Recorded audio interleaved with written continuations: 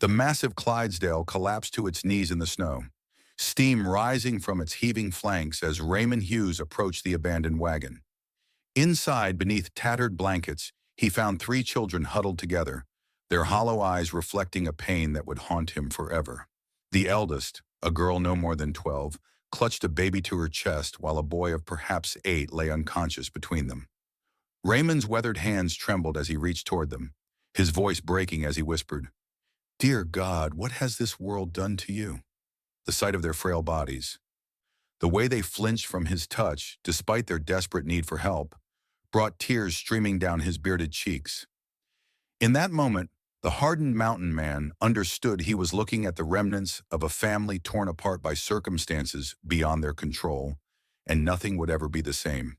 But to understand how these children came to be alone in that wagon, traveling through the unforgiving wilderness with only a giant horse for protection, we must go back to where their story truly began. 3 weeks earlier, in the small settlement of Cedar Ridge, the world had seemed far different for the Parker family. Andrea Parker stood at her kitchen window, watching her children play in the yard behind their modest cabin. At 28, she had already endured more hardship than most women twice her age, but her love for her three children gave her strength that seemed to flow from some inexhaustible well deep within her soul. Her daughter Virginia, 12 years old and wise beyond her years, helped tend to baby Carol, while 8-year-old James chased chickens around the yard with the boundless energy that only children possess. The morning sun cast long shadows across the settlement, and Andrea felt a familiar knot of worry tighten in her stomach. Her husband had been gone for nearly 2 months, traveling east to find work in the lumber camps, promising to return before the first snow. The money he had left was nearly gone, and the store owner had begun giving her increasingly pointed looks when she came to buy supplies on credit. She pressed her palm against the cool glass of the window and tried to push down the growing fear that something had happened to him. Virginia appeared at her mother's side. Baby Carol balanced on her hip with the practiced ease of someone who had been helping raise children since she could barely walk herself. The girl had inherited her mother's dark hair and serious brown eyes, but there was something in her expression that spoke of responsibilities no child should have to bear. "Mama," Virginia said quietly, "James is asking about Papa again. What should I tell him?" Andrea turned from the window and smoothed her daughter's hair with gentle fingers. The simple gesture was laden with all the love and protection she wished she could provide, all the security she desperately wanted to give her children, but felt slipping away with each passing day. "Tell him Papa will be home soon," she said, though the words felt hollow even as she spoke them. "Tell him we just need to be patient a little while longer." But patience was a luxury they could no longer afford. That afternoon, 3 men arrived at their door with news that would shatter what remained of their fragile stability. The eldest of the men, a sheriff from 2 counties over, removed his hat as he spoke, his voice gentle but firm as he delivered the devastating blow. "Mrs. Parker," he said, "I'm afraid I have some difficult news about your husband. There was an accident at the lumber camp. A tree fell the wrong way and, well, he didn't make it out." The words seemed to hang in the air like smoke from a dying fire, and Andrea felt the world tilt beneath her feet. She gripped the doorframe to steady herself, aware that Virginia had moved closer to her side, that baby Carol had begun to fuss as if sensing the sudden change in the atmosphere around them. "There's more, ma'am," the sheriff continued, his discomfort evident in the way he shifted his weight from one foot to the other. "Your husband had some debts. The company advanced him money for supplies and such, and with him gone, well, they're looking to collect. This property, everything you own, is going to have to be sold to cover what's owed." The second man, who had remained silent until now, stepped forward with papers in his hand. He was younger than the sheriff, with the kind of clean clothes and soft hands that marked him as someone who had never known the kind of hardship that shaped families like the Parkers. "You have 1 week to gather your personal belongings," he said, his voice devoid of sympathy.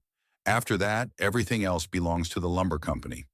I suggest you make arrangements to stay with family or friends."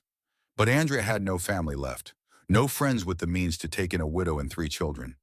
She watched the men leave, their duty discharged with the cold efficiency of people who dealt with such tragedies as a matter of routine business. As their wagon disappeared down the dusty road, She closed the door and leaned against it, finally allowing the tears she had been holding back to fall. Virginia appeared at her side again, this time without the baby, having settled Carol down for her afternoon nap with the quiet competence that had become second nature to her. The girl's small hand slipped into her mother's, and Andrea marveled at how much strength such a simple gesture could provide. "What are we going to do, Mama?" Virginia asked, and Andrea heard in her daughter's voice the same fear that was clawing at her own heart. "I don't know yet, sweetheart," Andrea admitted, because lying to Virginia had never been an option.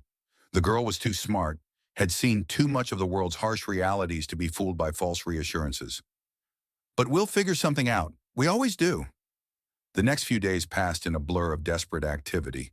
Andrea sold what few valuable items they possessed, trying to raise enough money for passage on a wagon train heading west.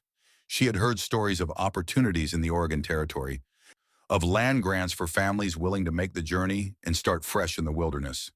It seemed like their only chance for a future that didn't involve the poorhouse or worse. But even her most optimistic calculations fell short of what they would need. The wagon train master, a gruff man named George Ross, quoted her a price that might as well have been the moon for all the chance she had of paying it. She stood in his office, baby Carol sleeping in her arms, while Virginia and James waited outside, and felt the last of her hope beginning to crumble. "I'm sorry, Mrs. Parker," Ross said, and to his credit, he did sound genuinely regretful. "I'd like to help, but I've got responsibilities to all the families on this train. Can't afford to take on passengers who can't pay their way." Andrea nodded, understanding the logic even as it broke her heart. She was turning to leave when Ross called her back, something in his expression suggesting he was wrestling with a decision. "There might be another option," he said slowly. "It's not ideal, and I wouldn't normally suggest it, but there's a man named Brian Scott who's been looking for someone to help him drive a supply wagon to a mining camp up in the mountains. It's dangerous work, and the pay isn't much, but it might be enough to get you and your children started somewhere new." The job, as Ross explained it, involved driving a wagon loaded with supplies through treacherous mountain passes to reach a remote mining camp. The previous driver had quit after his partner was killed by bandits, and Scott was desperate enough to consider hiring a woman, despite the obvious risks. The pay would be enough to buy passage west for her family, but only if they survived the journey.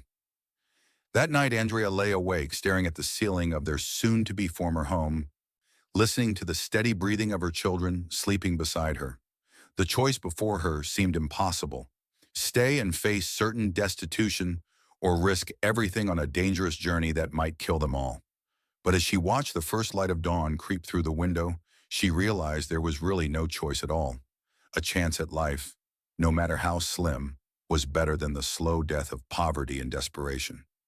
She met Brian Scott the next morning at the livery stable, and her first impression was of a man who had been worn down by too many hard years and too many disappointments.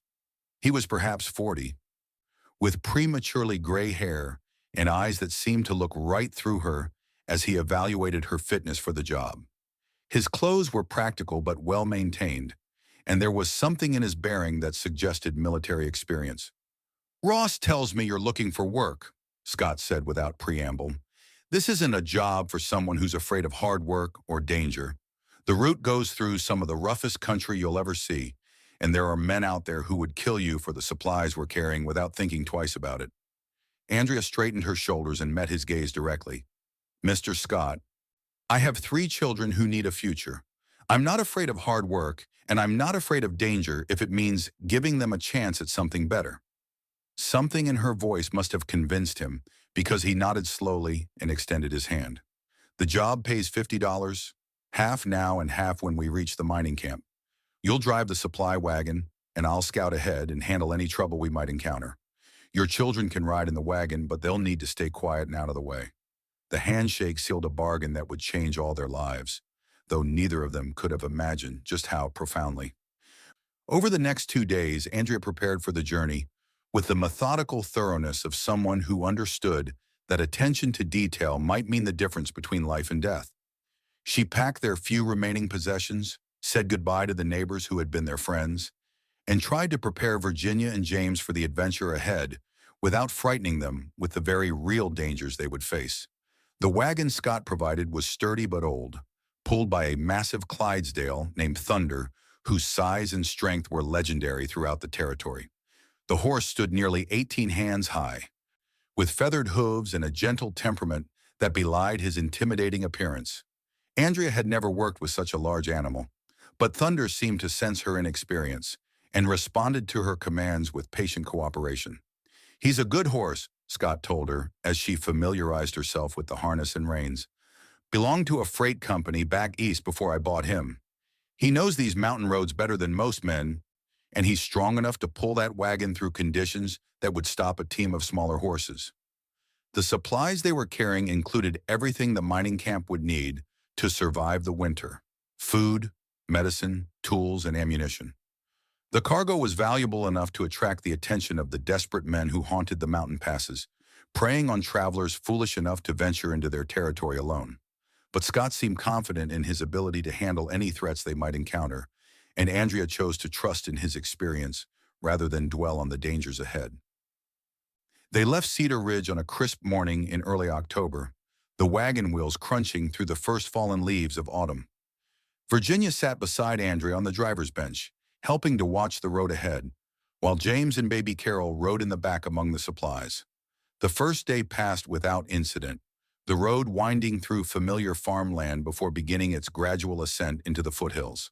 Scott rode ahead on his horse, appearing and disappearing among the trees like a ghost, always alert for signs of trouble.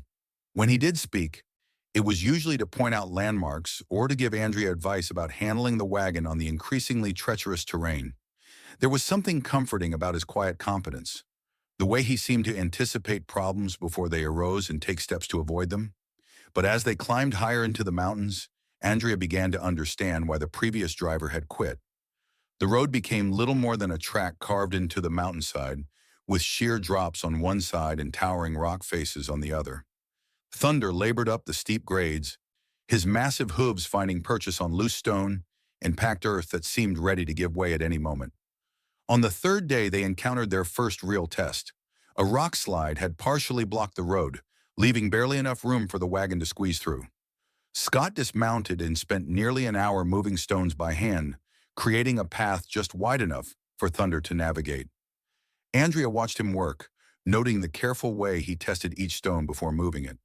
The methodical approach that spoke of someone who understood that one mistake could send them all tumbling into the canyon below. "The road gets worse from here," he told her as they prepared to continue.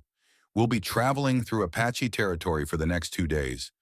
They don't usually bother freight wagons, but it's best to be cautious. Keep the children quiet, and if I give you a signal, you stop the wagon immediately and do exactly what I tell you." That night, they camped in a sheltered grove beside a small stream, the sound of running water providing a peaceful counterpoint to the crackling of their campfire. Virginia helped Andrea prepare a simple meal, while James played with baby Carol, their laughter echoing off the surrounding rocks. For a moment, it was almost possible to forget the dangers that surrounded them, to imagine they were simply a family on a pleasant camping trip. But Scott remained vigilant even as he ate, his eyes constantly scanning the darkness beyond their firelight. Andrea found herself studying his profile in the flickering flames, wondering about the experiences that had shaped him into the careful, watchful man he had become. There was something in his manner that suggested he had lost people he cared about, that the solitary life he led was as much about protecting himself from further pain as it was about survival. "Tell me about the mining camp," she said, partly to break the silence, and partly because she wanted to prepare herself and her children for what they would find at their destination. Scott was quiet for so long that she thought he might not answer. When he finally spoke, his voice was thoughtful, as if he were choosing his words carefully. "It's not much to look at," he said. "Maybe 30 men, all of them trying to scratch enough gold out of the mountain to make the hardship worthwhile. They're good men mostly, but they've been isolated up there for months. The sight of a woman and children might stir up some feelings they've been trying to keep buried." Andrea felt a chill that had nothing to do with the mountain air. "What kind of feelings?" "Loneliness, mostly. Homesickness. Some of them have families they haven't seen in years. Others never had families at all, and seeing yours might remind them of what they're missing." Scott met her eyes across the fire. I'm not trying to frighten you, Mrs. Parker. Just want you to understand what you're walking into. The fourth day brought new challenges as they entered a narrow canyon where the walls rose so high on either side that the sun barely penetrated to the bottom. The air was cold and still, and their voices echoed strangely in the confined space. Thunder's hooves rang against the stone with each step, and Andrea found herself holding her breath as they navigated between boulders that seemed poised to tumble down at any moment. It was in this canyon that they encountered the bandits Scott had warned her about. Andrea first noticed something was wrong when Thunder began to act nervous. His ears swiveling and his massive head turning from side to side as if sensing danger she couldn't yet perceive. Scott, riding perhaps 50 yards ahead, suddenly raised his hand in the signal they had practiced, and Andrea immediately brought the wagon to a halt. Three men emerged from behind a cluster of boulders, their rifles trained on Scott with the casual confidence of people who had done this many times before. They were rough-looking, with the kind of desperate edge that comes from too many nights sleeping rough and too many days without enough food. The leader, a thin man with a scraggly beard and cold eyes, called out in a voice that echoed off the canyon walls. That's far enough, friend. We'll be needing to inspect your cargo. Make sure you're not carrying anything dangerous through our territory. Scott's response was calm but firm. This is a legitimate freight run to the Copper Creek mine. I've got papers if you want to see them. The bandit leader laughed, a sound devoid of humor. Papers don't mean much up here, friend. What means something is that wagon full of supplies and whatever money you're carrying. Now you can make this easy on yourself and your passengers, or we can make it difficult. Your choice. From her position on the wagon seat, Andrea could see Scott's hand moving slowly toward the rifle attached to his saddle. She held her breath, aware that Virginia was pressed against her side, and that James and baby Carol were hidden among the supplies behind them. Everything seemed to hang in balance, waiting for someone to make the first move. What happened next unfolded with the swift violence that characterized life in the wilderness. Scott's rifle came up in one smooth motion, and the canyon erupted in gunfire. Andrea threw herself across Virginia, shielding her daughter with her own body as bullets whined off the rocks around them. Thunder reared and plunged, fighting against the harness as the sound of gunshots echoed and re-echoed off the canyon walls. The battle lasted only minutes, but it felt like hours. When the echoes finally faded, two of the bandits lay motionless among the rocks, and the third had disappeared back into whatever hole had spawned them. Scott sat his horse calmly, checking his rifle with the methodical precision of someone who had been through such encounters before. "Is everyone all right?" he called, and Andrea raised her head cautiously, her ears still ringing from the gunfire. "We're fine," she managed, though her voice shook despite her efforts to control it. Virginia was pale but steady, and James peered out from behind a crate with wide eyes that held more curiosity than fear. Baby Carol had slept through the entire encounter, a blessing that Andrea would be grateful for long afterward. They pushed on through the canyon without stopping to bury the dead, Scott explaining that other bandits might be drawn by the sound of gunfire, and it was best to be well away from the area before nightfall. Andrea found herself looking at him with new respect, understanding that his quiet competence extended to situations far more dangerous than she had imagined. That evening, they camped on a high plateau where they could see for miles in every direction. The view was breathtaking, with mountain peaks stretching away into the distance like frozen waves. But Andrea found little comfort in the beauty. The reality of their situation had been driven home by the afternoon's violence, and she couldn't shake the feeling that worse dangers lay ahead.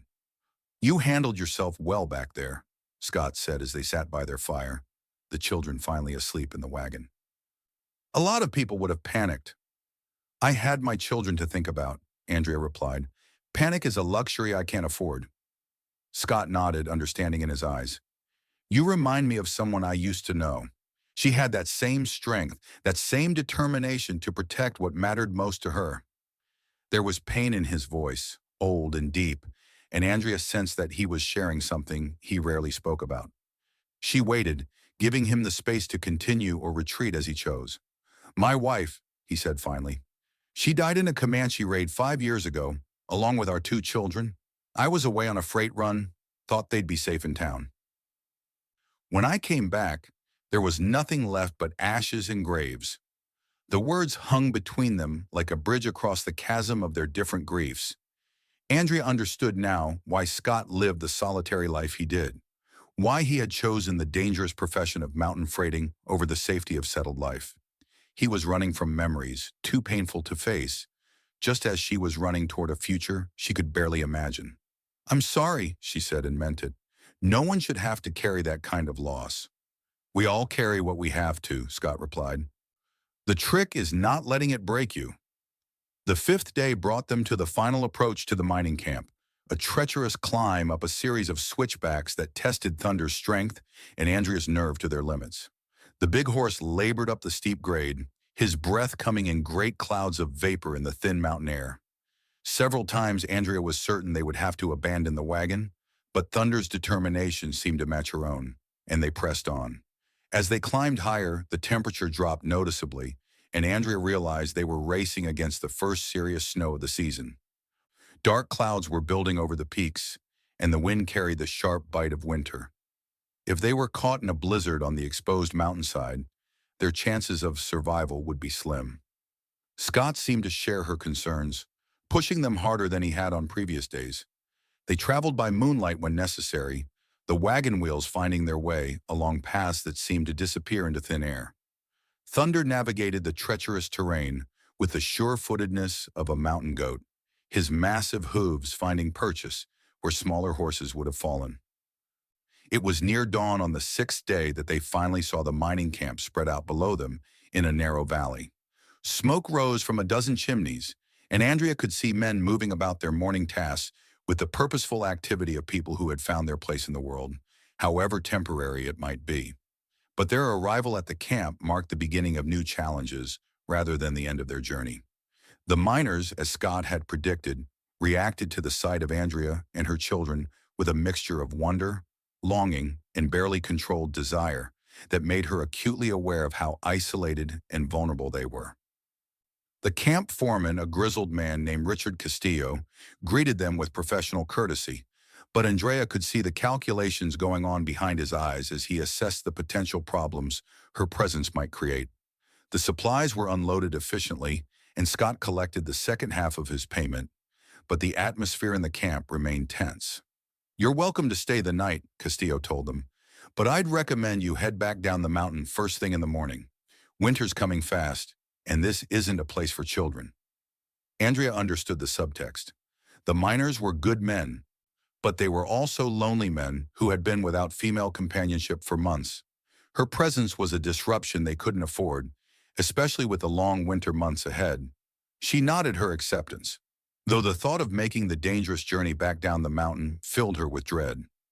That night, as they prepared for what she hoped would be their last night in the wilderness, Andrea found herself facing the reality that their ordeal was far from over. The money Scott had paid her would be enough to buy passage west, but first they had to survive the return journey, and winter was coming fast. It was Scott who suggested the alternative that would change everything. As they sat by their fire watching the first snowflakes begin to fall, he made an offer that surprised them both. "I've been thinking," he said, his voice careful and measured. "I've got a cabin about 2 days' ride from here, down in a valley that stays relatively warm even in winter. There's good hunting, a stream that doesn't freeze, and enough space for a family. If you're willing to stay the winter, help me with the spring freight runs, we could work out an arrangement that would benefit both of us." Andrea stared at him, trying to read the expression on his weathered face. "What kind of arrangement?" "Partnership," Scott said simply. "I need someone I can trust to help with the business, and you need a way to support your children. We could try it for the winter, see how it works out. If it doesn't suit you, I'll make sure you get to Oregon come spring."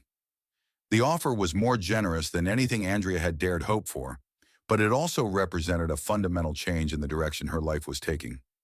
Instead of fleeing west to start over among strangers, she would be staying in the mountains, building something new with a man she was only beginning to understand. "What about the children?" she asked. "This is no life for them, isolated in the wilderness." "Virginia's smart enough to handle the business side of things when she's older," Scott replied. "James could learn the mountains, become a guide or freighter himself. And baby Carol, well, she'll grow up strong and independent. There are worse things than learning to rely on yourself. That night, as snow continued to fall outside their shelter, Andrea lay awake considering Scott's proposal. The practical part of her mind cataloged the advantages: security, partnership, a chance to build something lasting instead of simply running away from the past. But another part of her wondered if she was simply trading one form of dependence for another. The decision was made for her the next morning, when they woke to find themselves trapped by the first major blizzard of the season. The snow had fallen throughout the night, creating drifts that made travel impossible. The miners helped them move their belongings into one of the unused cabins, and Castillo made it clear that they would be welcome to stay until the weather cleared. But the weather didn't clear. For 3 days, the snow fell steadily, and when it finally stopped, the accumulated drifts were too deep for the wagon to navigate. They were effectively stranded until spring, and Andrea found herself accepting Scott's partnership offer, not out of choice but out of necessity. The journey to Scott's cabin, when they were finally able to make it, proved to be the most dangerous part of their entire adventure. The trail was buried under several feet of snow, and Thunder had to break through drifts that sometimes reached his chest. Several times Andrea was certain they would have to abandon the wagon and continue on foot, but the big horse's determination never wavered. It was during this final leg of their journey that the true bond between Thunder and the family began to form. The massive Clydesdale seemed to understand that he was their lifeline, their only hope of reaching safety before the next storm hit. He navigated the treacherous terrain with careful precision, testing each step before committing his full weight, pausing to rest only when absolutely necessary. Virginia, who had been quiet and withdrawn since the encounter with the bandits, began to emerge from her shell as she watched the great horse work. She started talking to Thunder, encouraging him when the going got particularly difficult. And Andrea was amazed to see the animal respond to her daughter's voice, his ears swiveling back to catch her words. "He likes you," Scott observed, and Virginia smiled for the first time in days. "He's the strongest thing I've ever seen," she replied. "Stronger than those bad men, stronger than the storm, stronger than anything." James, too, was fascinated by Thunder, though his interest was more practical. He wanted to understand how the harness worked, how the wagon was balanced, how Scott communicated with the horse through subtle shifts in the reins. Andrea watched her son absorbing lessons that might serve him well in the years to come, and felt a glimmer of hope that their children might indeed thrive in this harsh but honest environment. Scott's cabin, when they finally reached it, proved to be larger and more comfortable than Andrea had expected. Built of solid logs and chinked against the wind, it sat in a sheltered valley where a hot spring kept the immediate area relatively warm even in the depths of winter. There was a barn for Thunder, a root cellar stocked with supplies, and enough space for all of them to live without feeling crowded. The first few weeks of their new arrangement were marked by careful politeness as they learned to share the space and responsibilities. Scott proved to be a considerate housemate, respectful of Andrea's need for privacy, while making it clear that he valued her contributions to their daily survival. Andrea, for her part, threw herself into the domestic tasks that kept them all fed and comfortable, finding satisfaction in creating a home for her children, even in such an unlikely place. Virginia adapted to their new life with the resilience of youth, taking over many of the household responsibilities and proving herself capable of far more than her 12 years would suggest. She learned to cook over the wood stove, to preserve meat and vegetables for the long winter ahead, and to help care for baby Carol with the patient competence that had always been her strongest trait. James thrived in the mountain environment, spending his days with Scott learning the skills that would serve him well in their new life. He learned to read weather signs, to track animals through the snow, and to handle Thunder with the confidence that came from understanding the great horse's gentle nature. The boy's laughter, echoing through the valley as he played in the snow, became one of the sounds that marked their successful adaptation to their new circumstances. But it was baby Carol who seemed most at home in their mountain retreat. The little girl grew stronger and more alert with each passing day, her bright eyes taking in everything around her with the fearless curiosity that would serve her well in the years to come. She learned to walk during that first winter, taking her first steps across the cabin floor while snow swirled outside the windows. As the weeks turned into months, Andrea found herself settling into a routine that felt more natural than anything she had experienced since her husband's death. She and Scott worked together with the easy cooperation of people who understood each other's strengths and weaknesses, and gradually the careful politeness of their early days together gave way to something deeper and more comfortable.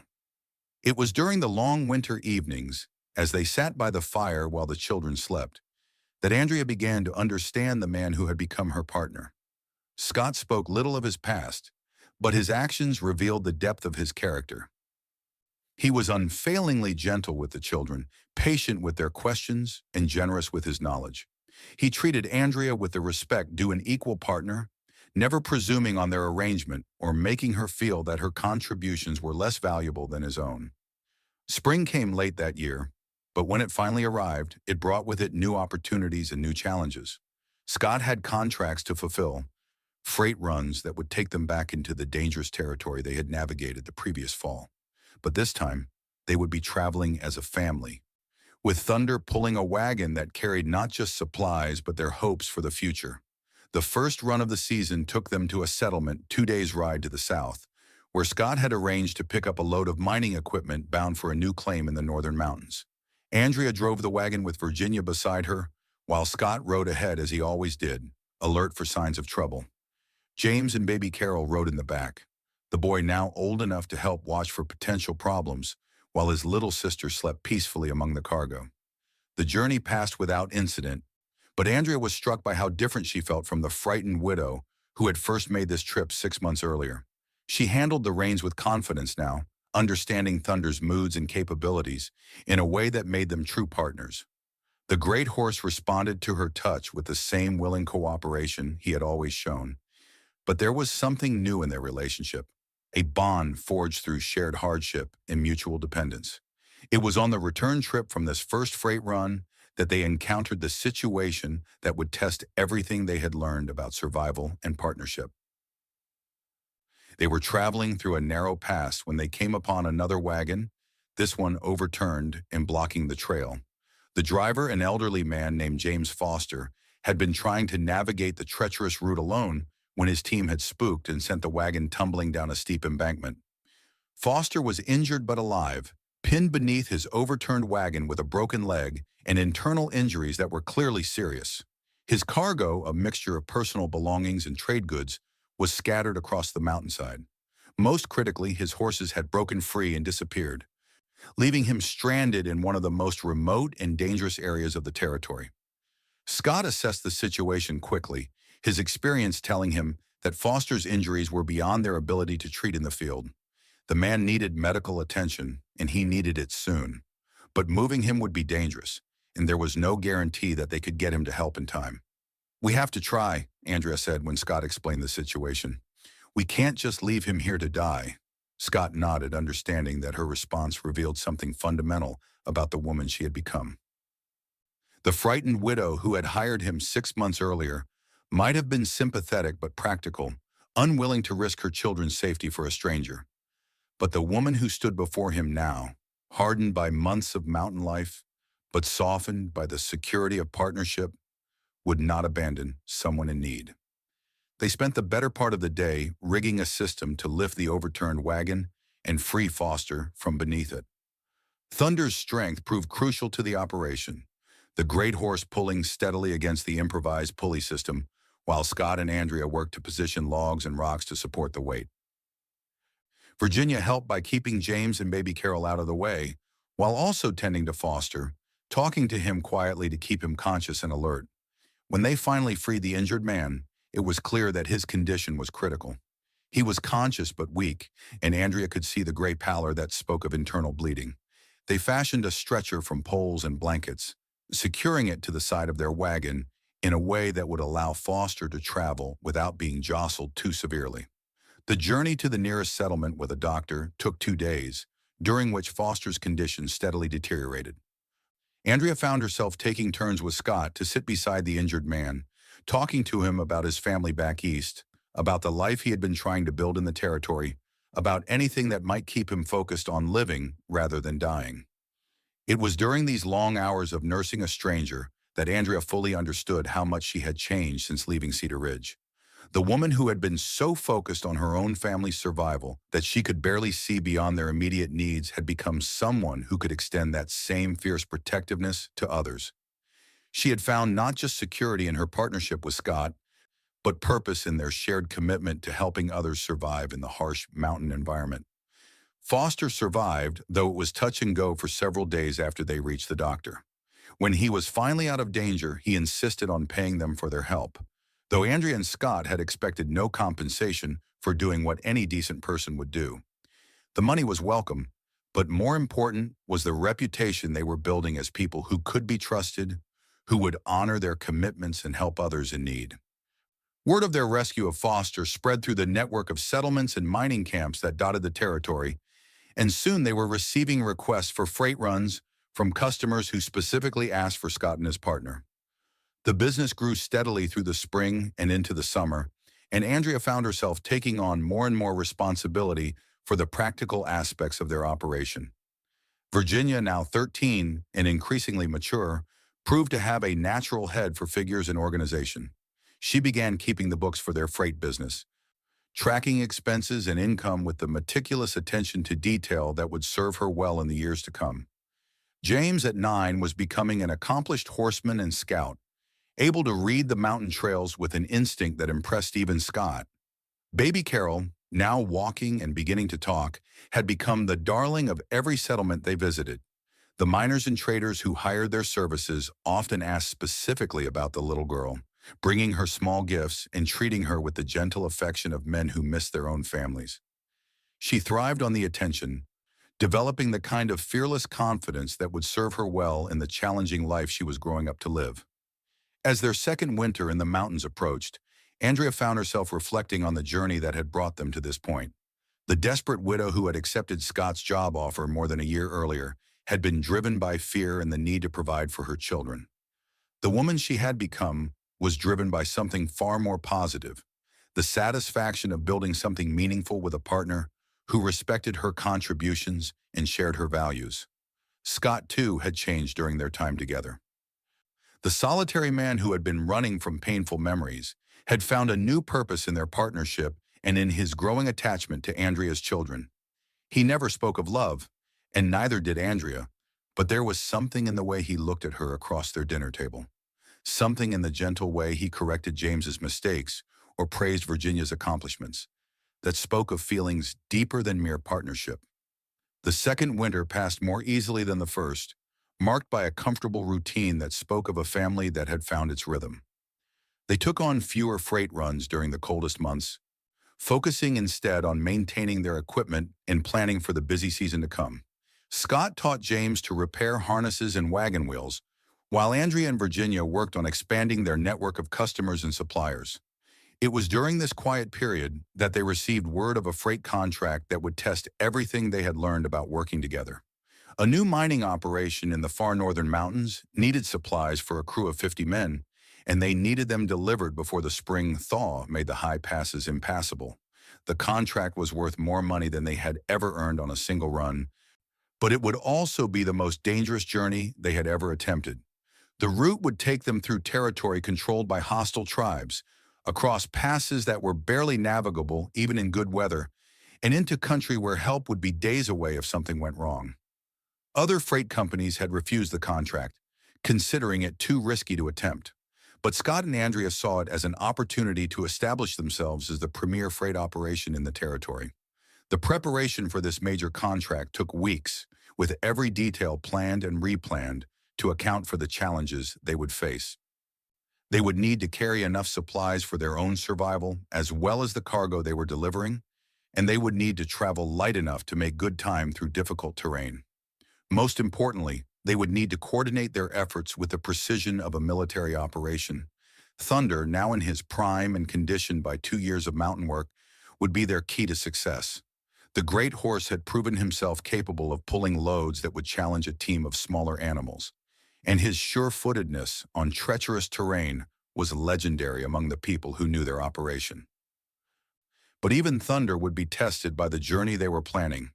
Virginia, now 14 and fully Andrea's partner in the business aspects of their operation, had worked out a schedule that would allow them to complete the delivery and return home before the worst of the spring weather hit. James, at 10, was deemed old enough to take on real responsibilities during the journey, serving as a scout and backup driver if needed. Baby Carol, now 2 and walking confidently, would ride in the wagon but was old enough to understand the need for quiet during dangerous passages. The journey began on a clear morning in late February, with Thunder pulling a wagon loaded to capacity with mining supplies and equipment. The first week passed without incident, the familiar trails leading them through country they knew well. But as they climbed higher into the mountains, the challenges began to mount. The weather turned against them on the 8th day, with a late winter storm that dumped 2 feet of snow in less than 24 hours. They were forced to take shelter in a cave system that Scott had discovered on a previous journey, waiting 3 days for the storm to pass while their supplies dwindled and their schedule fell further behind. When they finally emerged from shelter, they found the trail completely obliterated by snow and fallen trees. Thunder struggled through drifts that reached his chest, his massive strength the only thing that kept them moving forward. Scott walked ahead, testing the footing and clearing obstacles, while Andrea drove the wagon with a careful precision that had become second nature to her. It was during this difficult passage that they encountered the band of Ute warriors who controlled this section of the mountains.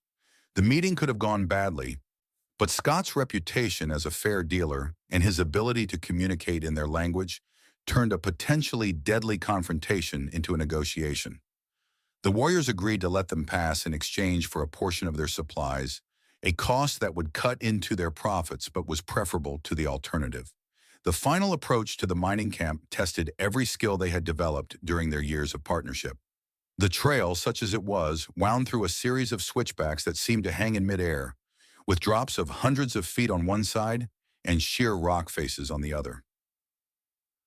Thunder navigated the treacherous route with the calm determination that had made him legendary, his hooves finding purchase where it seemed impossible that any animal could maintain its footing.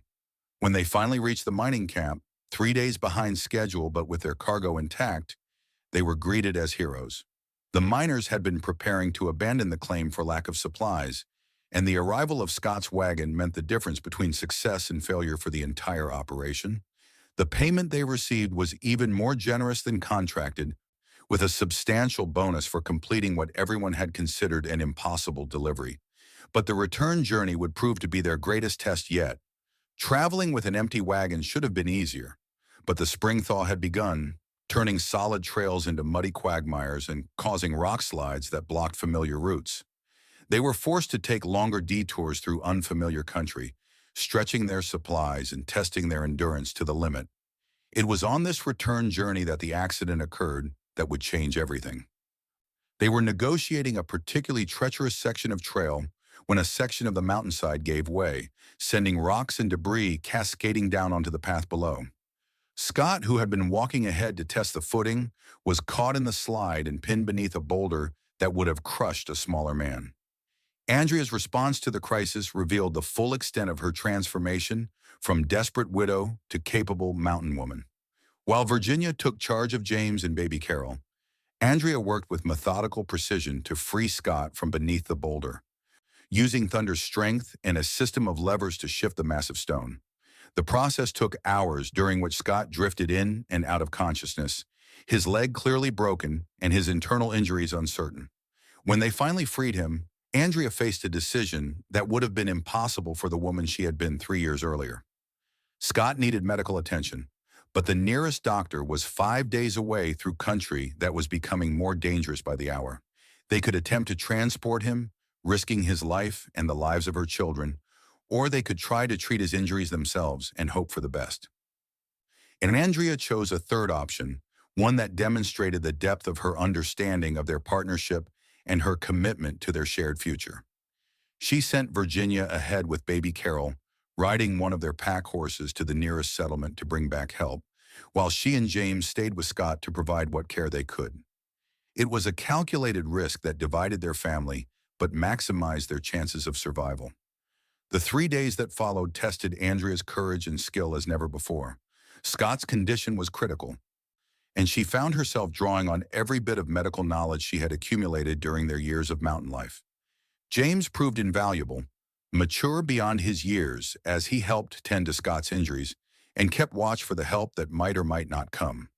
Thunder, as if sensing the gravity of the situation, remained calm and steady throughout the ordeal, providing the stable platform they needed to care for Scott and the strength they would need to move him when help arrived.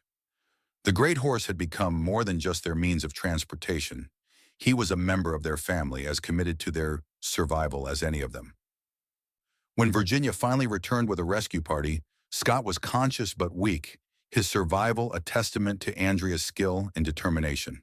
The journey back to civilization was slow and careful, with Thunder pulling a makeshift ambulance that carried the man who had become so much more than a business partner. Scott's recovery took months, during which Andrea kept their freight business operating with the help of temporary drivers and her own expanding network of contacts. She discovered that she had developed a reputation in her own right, known throughout the territory as a woman who could be trusted to deliver on her commitments regardless of the obstacles she faced. When Scott was finally able to return to active work, he found that their partnership had evolved into something deeper and more permanent. The crisis had revealed the depth of their commitment to each other and to the life they had built together, and neither of them was willing to risk losing what they had found. The proposal, when it finally came, was as practical and understated as everything else about their relationship. They were sitting by their fire on a quiet evening, the children asleep and Thunder contentedly munching hay in his stall, when Scott cleared his throat and spoke the words that would formalize what had already become reality. "Andrea," he said, "we make a good team. Better than good. I think it's time we made it official." Andrea looked at him across the flickering firelight, seeing not just the partner who had helped her build a new life, but the man who had become essential to her happiness and that of her children. Her answer came without hesitation. "Yes," she said simply. "I think it's time." The wedding was a simple affair, held in the settlement where they did most of their business, with the entire community turning out to celebrate the union of two people who had become legends in their own right. Virginia served as maid of honor, James as best man, and baby Carol as flower girl. Their family complete in a way that seemed both natural and miraculous. As they stood together, promising to share whatever the future might bring, Andrea reflected on the journey that had brought them to this moment. The desperate flight from Cedar Ridge seemed like a lifetime ago, though it had been less than 4 years. The woman who had hired Scott to drive a supply wagon had been running from tragedy. The woman who married him had learned to build triumph from the raw materials of hardship and determination. Thunder, grazing peacefully in the meadow beside the church, raised his massive head as if sensing the significance of the moment. The great horse who had carried them through so many dangers, who had been their lifeline in the wilderness, and their partner in building a business, seemed to approve of this final step in their journey together. The years that followed brought new challenges and new rewards. As their freight business grew into the largest and most respected operation in the territory, Virginia eventually took over the business aspects entirely, her sharp mind and natural leadership making her a formidable negotiator. James became one of the finest guides and drivers in the mountains, his instinctive understanding of the terrain and weather making him invaluable to customers who needed to transport goods through the most difficult country. Carol grew up to be as fearless and capable as her adoptive father had predicted, equally at home in the wilderness or in the settlements where their business took them. She learned to handle Thunder and his successors with the same gentle confidence that had characterized her mother's relationship with the great horse, carrying on a tradition that would serve the family for generations to come. And through it all, Thunder remained the heart of their operation, the steady presence that made everything else possible. Even as he aged and was eventually joined by other horses, he remained special, the one who had carried them through their darkest hours and helped them build something lasting and meaningful from the ashes of tragedy. When Thunder finally passed away, peacefully in his stall at the age of 28, the entire territory mourned the loss of a legend, but his legacy lived on in the family he had helped create, in the business he had made possible, and in the countless lives that had been touched by his strength and gentle spirit. Andrea, now a grandmother many times over, would often tell the story of their early days to her grandchildren, emphasizing the role that Thunder had played in their survival and success. She would speak of the great horse's intelligence and loyalty, of his uncanny ability to sense danger and navigate impossible terrain, of the way he had seemed to understand that he was carrying not just cargo, but the hopes and dreams of a family starting over. But most of all, she would tell them about the day she realized that Thunder was more than just a horse, more than just a means of transportation. He was a partner, a family member, a friend who had chosen to share his strength with people who needed it most. And in doing so, he had helped transform a desperate widow and her children into one of the most successful and respected families in the territory. The story of Thunder and the Parker Scott family became part of the folklore of the mountains, passed down through generations of freight drivers and settlers who understood that sometimes salvation comes in unexpected forms. It was a reminder that strength and gentleness could coexist, that partnerships built on mutual respect and shared hardship could overcome any obstacle, and that families could be forged from the most unlikely combinations of circumstances and characters.